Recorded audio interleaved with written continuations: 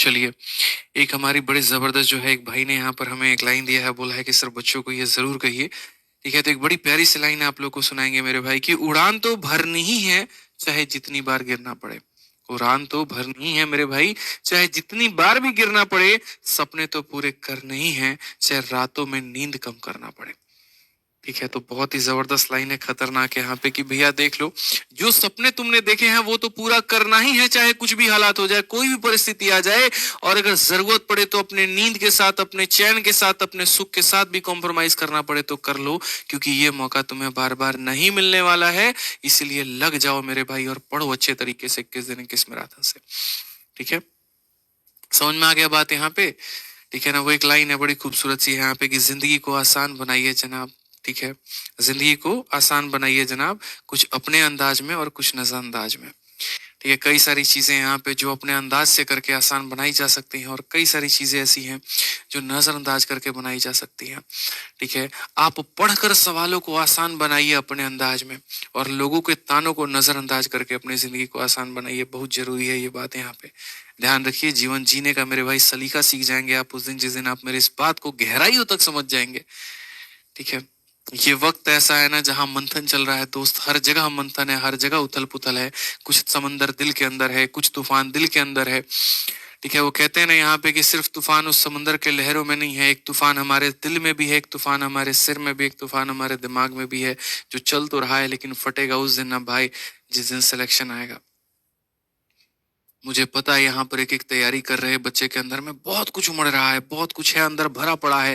ठीक है, बस यहाँ पर आप रुके हुए हैं उस चीज का लेकर कि भैया एक बार हमारा रिजल्ट आने दो, उस दिन हम बताएंगे इस दुनिया को कि हम क्या है। होता भी है, कभी भी इस बात को मेरे भाई ध्यान रखना जीवन में। जीवन की हमेशा एक सीख देता हूँ आपको, एक सलाह देता हूँ। आप क्या हो किसी को कुछ मत बताओ, आपके पास क्या शक्ति है मत बताओ, किस चीज की तैयारी करते हो मत बताओ, क्या पढ़ते हो मत बताओ, क्या आपका अगला प्लान है मत बताओ, क्या पाया क्या खोया कुछ मत बताओ किसी को। बस अपने सही वक्त का इंतजार करो, और जब वो वक्त आएगा ना, तो आपकी बातें जो है मेरे भाई तब पूरी दुनिया सुनेगी। यकीन मानिए, आप अभी कितनी अच्छी से अच्छी बात ही क्यों ना कर लें, आप समाज के भले की बात ही मेरे भाई क्यों ना कर लें, एक बात हमेशा अपने जीवन में ध्यान रखना, लोग आपकी बातों में इंटरेस्ट नहीं लेंगे, और कभी नहीं लेते हैं जब तक आप कामयाब ना हो जाएं। एक वक्त था जब मैं एक इंस्टीट्यूट में पढ़ा रहा था, और तब मेरा सिलेक्शन नहीं हुआ था, मैं बिना सिलेक्शन के पढ़ा रहा था। ठीक है, और वहीं पर एक वक्त है कि भाई एक स्टूडेंट आया। ठीक है, और वो सिलेक्टेड था। जितनी बातें मैं बच्चों को समझाता था कि तुम ऐसे फॉलो करो, ऐसे फॉलो करो, लिटरली बता रहा हूँ मेरे भाई, बच्चे ठीक है सुनते थे, बढ़िया एकदम, हाँ ठीक है सर बोल रहे हैं कोई बात नहीं मान लेंगे। लेकिन वो स्टूडेंट के आते ही मैंने अपने आंखों का जो मंजर है वो देखा कि वो गलत चीज बता रहा है, गलत तरीके से बता रहा है कि ऐसे पढ़ना चाहिए, और बच्चे उसको हाँ मान रहे हैं, फॉलो कर रहे हैं, नोट्स कर रहे हैं। तो मैंने एक बात उसी दिन समझ में आ गया था कि भैया सिलेक्शन की आवाज हर कोई सुनता है, बेरोजगार की आवाज कोई नहीं सुनता। आप कितने बड़े टीचर हैं या क्या है फर्क नहीं पड़ता, अगर आप सिलेक्टेड नहीं है तो बच्चा आप पे विश्वास नहीं करता है, इस बात को मान लीजिए तो आज बेहतर है। उस दिन मुझे उस सिलेक्शन की अहमियत समझ में आई कि अगर चार बच्चों के बीच में अगर ये कहानी है, तो जिस दिन तो हम पूरे भारत में पढ़ाएंगे तो क्या कहानी होगी। वो छोड़िए, पढ़ाना तो बहुत दूर की बात है, अगर हम किसी को कोई सजेशन नहीं देना चाहे बिना अपने कामयाबी के, क्या कोई मेरी बात सुनेगा? नहीं सुनेगा मेरे भाई। तो जब आप सफल हो जाते हैं जीवन में, उसके बाद आप जो बोलो ना, लोगों को लगता है यही अमृत है, यही तो कामयाबी का रास्ता था, यही मान के तो ये कामयाब बने, इसका मतलब जो कह रहे हैं वो सही है। तो अभी आप कितनी भी लोगों की भलाई करोगे ना, कितना भी समाज का क्यों ना सेवा करने में निकल जाओ, लोगों की भलाई करने में निकल जाओ, दुनिया जो है मुंह पे एकदम ऐसे ऐसे हाँ ठीक है ठीक है ठीक है करेगी, सुनेगी एक भी नहीं। आपके निकलते ही बोलेगी अरे यार टाइम खराब करके चला गया, पका रहा था फालतू का। ठीक है, लोगों को मेरे भाई अपना समय मत दीजिए, जो आपके पास आपका कीमती समय है उनको समझाने में, उनको बताने में, उनको सही रास्ता दिखाने में, वो समय को अपने अंदर अपने आप के लिए यूटिलाइज करिए, अपने आप को बनाने में। अपने तरफ थोड़ा ये रास्ता घुमाओ, अपने आप को बनाओ, फिर उसके बाद जो भी बोलोगे ना, पूरी दुनिया बहुत शानदार तरीके से सुन रही होगी। जो आग अपने अंदर लगी हुई है उसको दबा के रखो, सही समय का इंतजार करो, जब वो फटेगा तो एकदम ऐसा रोशनी देगा जो शायद कई सारे लोगों का जीवन में जो है वो अंधकार मिटा पाए। हमने अपने तैयारी को एकदम अपने अंदर जो सीने में आग जो जल रही थी एकदम दबा के रखा। घर की परिस्थिति सभी चीज़ों को एक तरफ रखा हमने, किसी को जवाब नहीं दिया। अपने गाँव में अपने पटीदार को, अपने चाचा लोगों को, गाँव में किसी को हमने कोई जवाब नहीं दिया। कोई हमारे पापा को कई बार बोल के चला गया, कई सारे ताने दे के चला गया। हमारे पापा हमको बहुत कुछ बोले। हमेशा एक बात सपोर्ट करते थे, ठीक है, कि चाहे हमको भूखा भी मरना पड़ जाए, तुमको हम पढ़ाएँगे, इंस्पेक्टर बनाएँगे, ठीक है। इसीलिए जिस दिन मेरे भाई डीवी का रिजल्ट आया, जिस दिन मेरा डीवी होना था, डॉक्यूमेंट वेरिफिकेशन होना था, और जब वहां पे हमको पोस्ट भरना था ना, पापा से एक ही बात पूछे कि सफेद वर्दी में देखना चाहते हो कि खाकी में।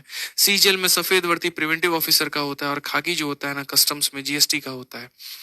उन्होंने कहा कि वर्दी तो दोनों बहुत बढ़िया है, यहाँ पे ये बताओ कि बाहर पहन के कौन सा घूम सकते हो। तो हमने कहा प्रिवेंटिव ऑफिसर वाली जो वर्दी है उसको तो सिर्फ एयरपोर्ट या सी पोर्ट पर ही पहनकर घुमा जा सकता है, लेकिन कस्टम्स की जो वर्दी है आप उसको नॉर्मली पब्लिक में भी घूम सकते हैं।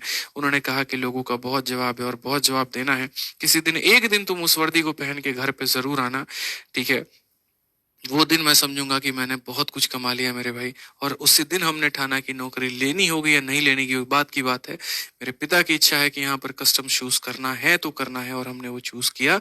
हम वर्दी पहनकर घर पे गए, और आज भी जितने लोग वहां पर मौजूद थे ना, आज भी उनका फेसबुक देखता हूँ, व्हाट्सअप देखता हूँ मेरे भाई, जो ये पापा को कहते थे तुम्हारा लड़का क्या करेगा, यकीन मानो जिनसे गंदे लेवल के भी झगड़े हो रखे थे ना, आज अपने व्हाट्सएप पे और फेसबुक पे हमारी वर्दी वाली फोटो और अपने साथ की फोटो उन्होंने लगा रखी है, और दिखाते फिरते हैं यहाँ पे कि देखो हमारा भतीजा, हमारा भांजा, हमारा ये, हमारा वो जो है यहाँ पर कस्टम्स में है। बड़ी बात नहीं है, लेकिन एक गांव में आपका कस्टम्स में होना एक बहुत बड़ी बात है। ये बहुत फर्क समझ में आता है। आज मैं टीचर के रूप में कम और एक्साइज इंस्पेक्टर के रूप में अपने गांव में ज्यादा जाना जाता हूँ। फर्क है इस बात का। वो एक सरकारी नौकरी का जो एक भौकाल रहता है वो अपने आप में जबरदस्त होता है। आज आप लोगों से ये सारी बातें क्यों कह रहे हैं भाई? जीवन में हमने जो संघर्ष देखा और उसके बाद की जो हमने कामयाबी की झांकी देखी है, आप तो सिर्फ अभी एक पहला पहलू देख रहे हो, दूसरा तो आपने अभी देखा ही नहीं, वो मैं देख रहा हूँ। तो यहाँ से अगर मैं आपको ये दिखा दूं ना कि देखो ये सिलेक्शन की झांकी है, तुम सेलेक्ट हो जाओगे, तुम कामयाब हो जाओगे ना, क्या क्या तुम्हें जीवन में चीजें मिलेंगी, कितने तुम्हें फायदे मिलेंगे, एक्सपेक्ट भी मेरे भाई नहीं कर सकते।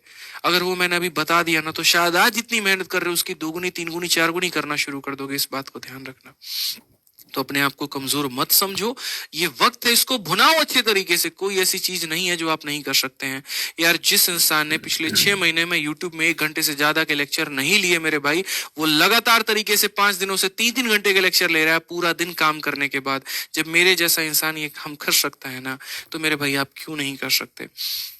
जब मेरे मॉक टेस्ट में 60 नंबर आते थे, जहां पर मैंने होप खो छोड़ दिया था कि यार मेरा सिलेक्शन भी होगा, और वहां से मैं पेपर में 50-50-50 लेकर आ सकता हूं ना, तो हर कुछ हो सकता है। जहां पर एक बार एक क्वेश्चन उठा दिया था किसी महानुभव ने आके यूट्यूब में कि तुम्हारे कितने सिलेक्शन है, 23 में, हमने तो सिलेक्शन की लाइन लगा दी भाई।